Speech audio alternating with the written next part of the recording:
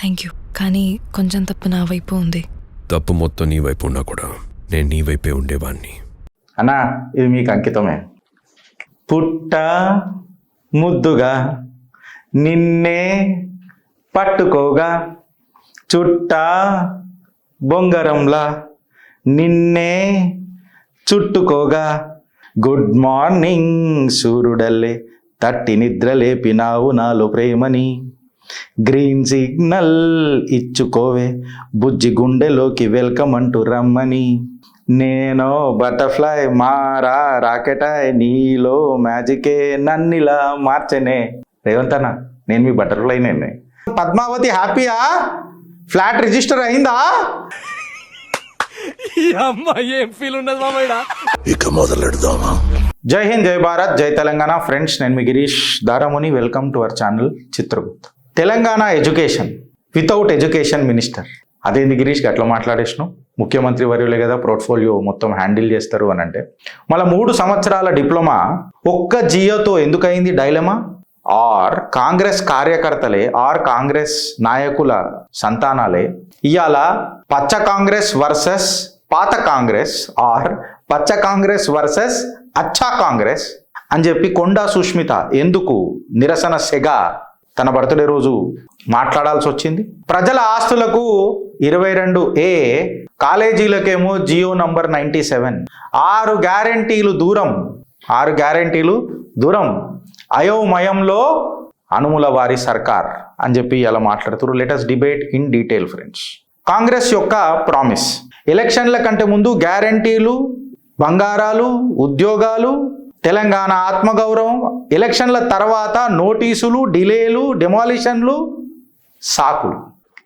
వెనకటి ప్రభుత్వం చెప్పిన వెల్ఫేర్లకు చారానకు బారాన ఇస్తా అని చెప్పి రూపాయికి రూపాయి 10 పైసలు ఇస్తా అని చెప్పి కేసీఆర్ కిట్టు మాయమైపోయి, కంటి వెలుగు మాయమైపోయి, రైతు బీమా కరువైపోయి, కళ్యాణ లక్ష్మిల పిల్లల కళ్యాణ లక్ష్మి రాకపోయి. 2 పిల్లలు పుట్టినాక కళ్యాణ లక్ష్మి వస్తుందట. కళ్యాణ లక్ష్మి దూరం మాట. తులం బంగారం అని అడిగిరు కదా, నేను రోడ్డు గోల్డ్ కూడా ఇస్తావా లేదా అని చెప్పి నేను అడిగిన.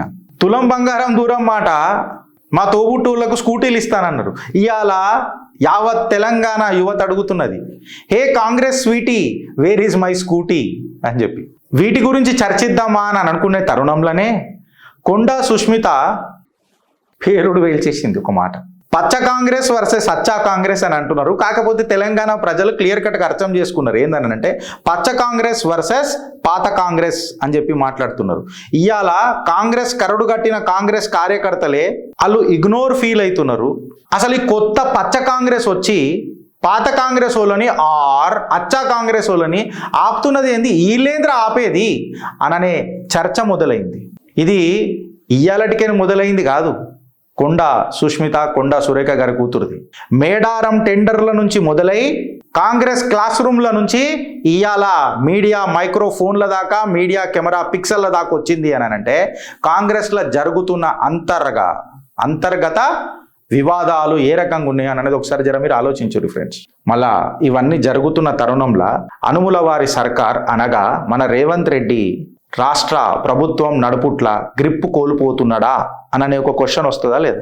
ఈ క్వశ్చన్ ఎందుకు వస్తుంది అని అంటే, ఎప్పుడైతే మినిస్టర్లు సారీ చెప్తారో, వాళ్ళ టూర్లు రద్దు అవుతాయో, ఒక మినిస్టర్ కూతురే డైరెక్ట్గా ముఖ్యమంత్రి గారి పైన రివోల్ట్ చేస్తుందో, తనకు డిసిప్లినరీ నోటీస్ వస్తాయో, సస్పెన్షన్లకు గురవుతారో, ఇది గవర్నెన్స్ యొక్క రిధం అని అంటారా, లేకపోతే ప్రజా పాలనల ప్రకంపనలు వచ్చినాయని అంటారా రేవంత్ అన్న? ఇవాళ అడుగుతుంది తెలంగాణ.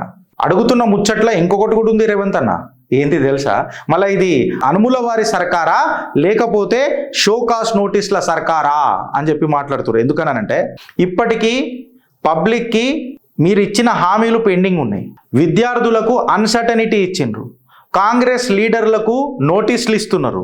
ప్రజాపాలన అనేది ఇవాళ నోటీస్ పాలన అయిందా అని చెప్పి అడుగుతున్నారు. అడుగుతున్న తరుణంలా ఓ పెద్ద ముచ్చట వస్తుంది రేవంత్ అన్న. Telangana education without the education minister అని. ఎందుకు అనంటే ఫీజు రియంబర్స్మెంటు ఇంకా ఇయ్యలే. కాలేజ్ క్లోజర్లు ఒక దగ్గర ఎన్నో కాలేజీలు క్లోజ్ అయిపోయినాయి. దీనివల్ల విద్యార్థులు గల్లీలలో ప్రొటెస్ట్ చేస్తున్నారు. ఇయ్యాలటికి కూడా విద్యార్థులు ఆర్ తెలంగాణ ప్రజలు, తెలంగాణ విద్యార్థులు ఎదురు చూస్తున్నది ఏంది తెలుసా? ఫుల్ టైం పోర్ట్ఫోలియో ఉండాల్సిన ఎడ్యుకేషన్ మినిస్టర్ పార్ట్ టైం ఉద్యోగాలు ఎందుకు చేస్తున్నారు అని చెప్పి అడుగుతున్నారు. ఎందుకు అడగాల్సి వస్తుంది తెలుసా? పార్ట్ టైం ఎడ్యుకేషన్ మినిస్టర్ ఉన్నందుకు. అండ్ ఇది తెలంగాణ గల్లీలల్లా ఇలా విట్నెస్ అవుతున్నది కూడా. వీఆర్ విట్నెసింగ్, ఎవిడెన్సెస్ కనిపిస్తున్నాయి. పాలిటెక్నిక్ ప్రొటెస్ట్ నడుస్తున్నది. ఇది స్కిల్లా లేకపోతే మమ్మల్ని చిన్న చూపు చేసే ప్రయత్నమా అని చెప్పి మాట్లాడుతున్నారు. విద్యార్థులు డిప్లొమా ఎడ్యుకేషన్ మీద భయపడుతున్నారు. దీన్ని ఒక వర్కర్ యొక్క ట్రైనింగ్ తోని లింక్ చేసి ఒక ఐటీఐ ఆర్ ఏటీసీ స్టైల్ ట్రాక్లలో పెట్టబోతున్నారా? మేము 3 సంవత్సరాలు చదివింది మళ్ళా ఇంటర్మీడియట్ తోని మళ్ళీ మొదలెట్టాల్సి వస్తుందా మేము డిగ్రీలు ఇంజనీరింగ్లు చేయాలనంటే అనే ప్రశ్నకు ఫుల్ టైం ఎడ్యుకేషన్ మినిస్టర్ ఎవరన్నా ఉంటే ఈ విద్యార్థుల ప్రశ్నకు సమాధానం చెప్పగలుగుతారా అని చెప్పి నేను అడుగుతుంటే కాంగ్రెస్ ఇస్తున్న సమాధానం ఏందనంటే మేము శక్తిని ప్రవేశపెట్టినాం అని చెప్పి చెప్తున్నారు. శక్తి అంటే skill, human capital and knowledge training initiatives. ఇలా విద్యార్థులు అడుగుతున్న మాట ఏందనంటే మీరు మా డిప్లొమాని స్ట్రెంథెన్ చేస్తున్నారా లేక మా ఐడెంటిటీ ఆర్ చదువుకునే ఐడెంటిటీని మార్చేస్తున్నారా? ఎందుకు అనంటే జియో నంబర్ 97 అనేది ఒక అప్రహెన్షన్ క్రియేట్ చేస్తుంది శక్తి ఫ్రేమ్వర్క్కి. ఎందుకు అనంటే ఐటీఐలు ఏటీసీలు ఏదైతే యంగ్ ఇండియా స్కిల్ యూనివర్సిటీ ఈకో సిస్టమ్తో మీరు లింక్ చేసిరు కదా, దీన్ని పాలిటెక్నిక్ ఫ్రేమ్వర్క్తో ఎందుకు లింక్ చేసిండ్రు అనే ప్రశ్నకు ఇంతవరకు సమాధానం ఎందుకు ఇవ్వలేకపోతున్నారు అని ఒక ప్రశ్న వస్తున్నది. ప్రశ్న ఎందుకు వస్తున్నది అని అంటే ఐటీఐ అనేది డిప్లొమా ఎప్పుడు ఈక్వల్ కాదు కదా. ITI is not equal to diploma. అయితే ఈ రెండెక్కటి కానప్పుడు రెండుని ఒక్క ఛత్రి కింద ఎందుకు పెడుతున్నారు? ఐటీఐ అనేది ప్రైమరీగా దేనికి ట్రైన్ చేస్తాం మనము? షాప్ ఫ్లోర్ స్కిల్స్కి, ట్రేడ్స్కి, దీనికి ఎక్సెట్రాకు చేస్తాం. అదే పాలిటెక్నిక్ డిప్లొమా అనేది మీ టెక్నికల్ క్వాలిఫికేషన్, ఒక అకాడమిక్ ప్రోగ్రెషన్. అది పూరల భయం ఏందనంటే ఈ ఐటీఐలను ఏటీసీలను పాలిటెక్నిక్తో లింక్ చేసి కామన్ స్కిల్ ఆర్కిటెక్చర్లకు తీసుకొని వస్తే మా డిస్టింక్షన్ అనేది బ్లర్ అయిపోతుంది కదా, గుడ్డి గుర్రాల పండ్లు దోమినట్టు అవుతుంది కదా. తెలంగాణ యొక్క ఓన్ ఐటీఐ పోర్టల్ ఐటీఐలను క్రాఫ్ట్స్మెన్ ట్రైనింగ్ స్కీమ్ ఇన్స్టిట్యూషన్ కింద పెడుతుంది. 70% ట్రేడ్ ప్రాక్టికల్ ట్రైనింగ్ కింద పెడుతుంది. అదే polytechnic POLYCET or SBTET diploma కోర్సులను ఇంజనీరింగ్ టెక్నాలజీ అండ్ అదర్ డిసిప్లిన్స్తో జుడాస్తుంది. Then how come ITI is equal to or ITI is never equal to diploma? So మళ్ళీ నేను ఇంజనీరింగ్ చేయాలన్నా ఏదైనా చేయాలన్నా అంటే మళ్ళీ నేను ఇంటర్మీడియట్కి మొదలెట్టాలనా? మళ్ళీ నేను చదువుకున్న చదువు ఏడబోతుంది అని నన్ను అడుగుతున్నారు రేవంత్ అన్న. నాకు కూడా ఫోన్ చేసిరు, మీ అన్నని అడగవా అని. నేను ఏం చేయాలో నాకు అర్థమవుతలేదు. నన్ను అడిగితే రేవంత్ అన్న నాకు కళలు వస్తాడు కదా, ఎట్లనైనా మా అన్న నాకు కళలు వస్తాడు కాబట్టి నేను చెప్పిన ఏమన్నానంటే 2026-27 పాలిటెక్నిక్ అండ్ YISU అడ్మిషన్స్ ఏవైతే ఉంటాయో అవి సాఫీగా జరిగిపోతాయి వితౌట్ ఎనీ డిస్రప్షన్ అని చెప్పిన. మీ అన్నని అడుగు గిరీష్, నీకు కూడా చెప్తున్నాం ఒక మాట విను. ఇప్పుడు ఈ సర్టిఫికెట్ 3 సంవత్సరాల తర్వాత మాకు పనికొస్తుందా పనికిరాదా? నేను గది అడుగుతున్నా అని చెప్పు మీ అన్నకు. నేను అడుగుతున్నా, ఇప్పుడు రేవంత్ అని ఇట్లనే అంటాడు కదా, నేను అడుగుతున్నా, సో నువ్వు అడుగు మీ అన్నని అని చెప్పిండ్రు. ఈ ముచ్చట ఎందుకు వస్తుంది, ఇప్పుడు ఎందుకు నవ్వినవు గిరీష్ అని చెప్పి మాట్లాడితే నేను ఎన్నోసార్లు చెప్పిన రేవంత్ అన్నకు కౌంటర్ ఇచ్చే మొగోడు ఎవడు లేడు భూమి మీద పుట్టలే. ఎందుకు చెప్పాలన్నా రేవంత్ అన్నకు కౌంటర్ ఇచ్చుకుంటాడు. Self realisation is the mother of all negotiations అని మాట్లాడతారు కదా బ్రదర్. సో జనవరిలో మా అన్న గౌరవనీయ పెద్దలు రాష్ట్ర ముఖ్యమంత్రి, 2వ ముఖ్యమంత్రి అఫీషియల్స్ అందరికి హుకుం జారీ చేసిండు. రేవంత్ కా హుకుం అని చెప్పి జారీ చేసిండు. ఏమనని? మొత్తం పాలిటెక్నిక్ కోర్సెస్ ఏవైతే ఉంటాయో టాటా టెక్నాలజీస్ తోని మోడర్నైజ్ చేయండి అని చెప్పి చెప్పిండా లేదా? ఎంప్లాయబిలిటీ అందరికీ రావాలి అని చెప్పి చెప్పిండా లేదా?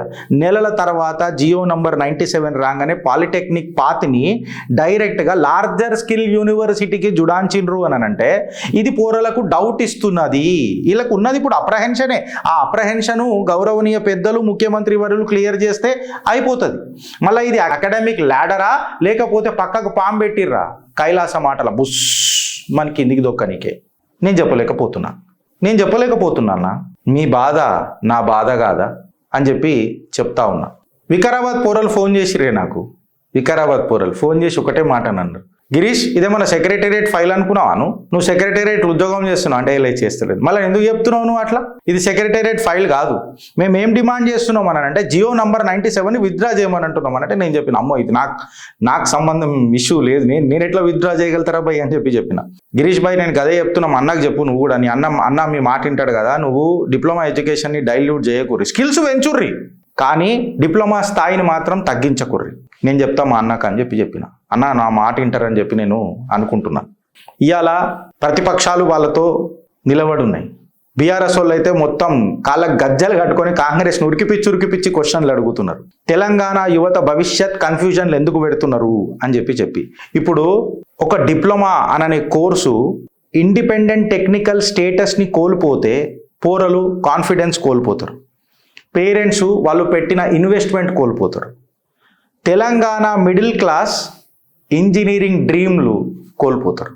కోల్పోనికే ప్రజాపాలనన్న, కోల్పోనికే 6 గ్యారంటీల, కోల్పోనికే జియో నంబర్ 97. నా దగ్గర answer ఉంటలేదే first time.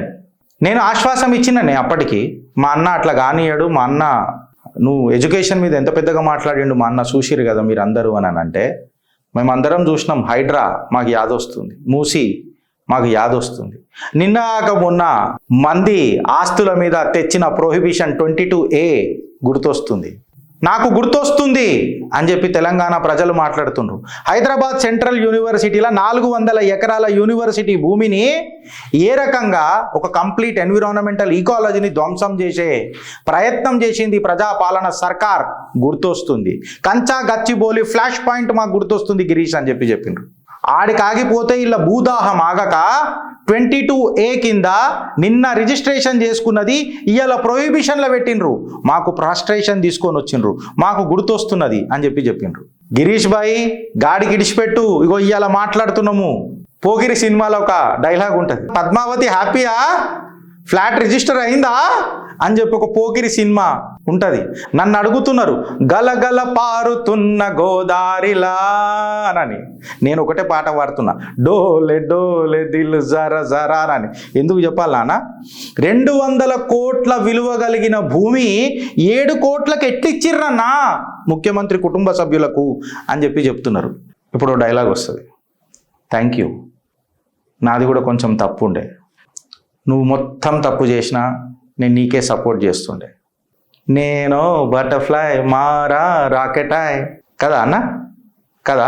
Ponguleti Srinivas Reddy తీసుకొచ్చిన 22Aకి ఇదే కదా, మీరు ఫుల్ తప్పు చేసినా నేను ఫుల్ సపోర్ట్ చేస్తుండే అన్నట్టే అనిపించింది. దాని తర్వాత గౌరవనీయ పెద్దలు ముఖ్యమంత్రి వర్యులు ప్రతిపక్ష నాయకుల మీద శుద్ర పూజలు చేస్తారు, గవి చేస్తారు. అరే ప్రజాపాలనలా మేము అనుకున్నాం మా టైగర్ కా హుకుం వేరే రకంగా ఉంటుంది 5 సంవత్సరాలు అని అనుకున్నాం. అలా పాతలు అదో పాట ఉంటుంది కదా, నాకు జర నోరు తిరుగుతలేదు అంతే. అనగానే నేను బ్యాక్గ్రౌండ్ మ్యూజిక్ ఇద్దామని అనుకున్నాం, అని టైగర్ కా హుకుం దూరం మాట, కానీ మాకు టైగర్ బిస్కెట్ ప్యాకెట్ దొరుకుతలేదు రేవంత్ అన్న, మాట్లాడదామంటే. అన్నా ఇది మీకు అంకితమే.